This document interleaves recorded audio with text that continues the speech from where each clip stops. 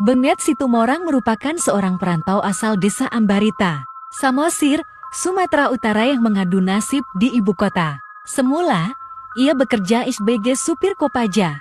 Kelak, pekerjaannya itu mempertemukannya dengan istri pertamanya yang bekerja di terminal Kampung Rambutan, bernama Roini.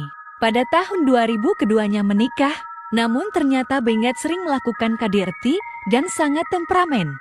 Rumah tangga mereka begitu sering diisi dengan keributan sampai keduanya diusir oleh RT setempat. Di saat itulah Benget memadu kasih dengan seorang wanita bernama Darna Sri Astuti. Hubungan keduanya berstatus perselingkuhan karena Benget tidak mengaku bahwa ia telah memiliki istri. Begitupun Astuti yang mengira Benget masih lajang. Barulah pada tahun 2011, Roini diceraikan dan di tahun yang sama Benget dan Astuti resmi menikah. Benget juga beralih profesi menjadi pedagang soto Lamongan di belakang terminal Kampung Rambutan. Kedai makannya cukup ramah, apalagi dengan adanya beberapa miras yang disediakan. Namun tabiat tukang selingkuh Benget belum hilang.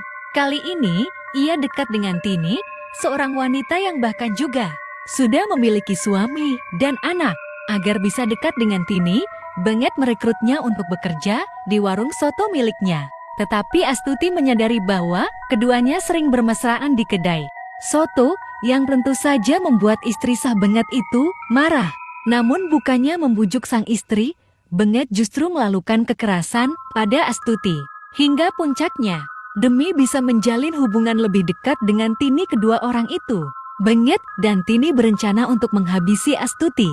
1 Maret tahun 2013, Benget mencekoki miras ke Astuti hingga ia taler lalu melakukan hubungan badan dengannya. Namun ketika Astuti lengah, Benget memukul istrinya itu dengan tangan kosong berkali-kali.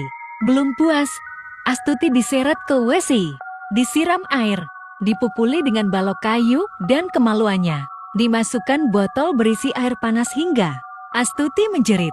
Tetapi bukannya kasihan, Benget terus melakukan penganiayaan pada Astuti. Benget menuduh Astuti sudah berselingkuh di belakangnya. Setelah berbagai siksaan mengerikan dari suaminya itu, Astuti akhirnya meregang nyawa akibat luka-luka di sekujur tubuhnya.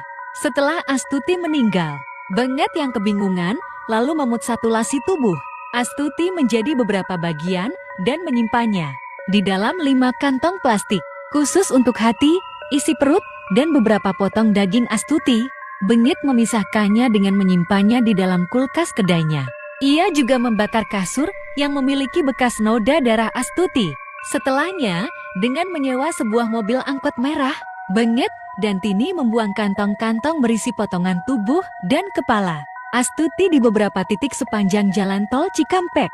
Sepulang dari tol, ia lalu mengolah daging Astuti menjadi bahan membuat soto dan menghidangkannya secara gratis untuk disantap oleh rekan-rekannya di terminal tanpa memberitahu bahwa soto itu menggunakan daging manusia.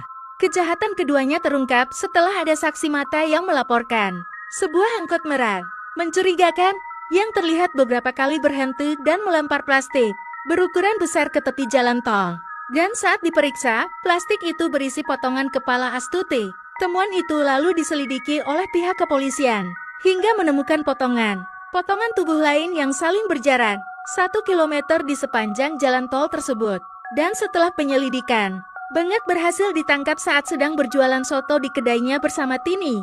Benget mengakui semua perbuatannya, termasuk menghidangkan daging Astuti untuk makan gratis rekan-rekannya. Ia dan Tini dinyatakan bersalah atas kasus berencana ini dengan Benget. Dalam hal ini Benget mendapat vonis mati, sedangkan Tini yang membantunya dijatuhi vonis 14 tahun penjara.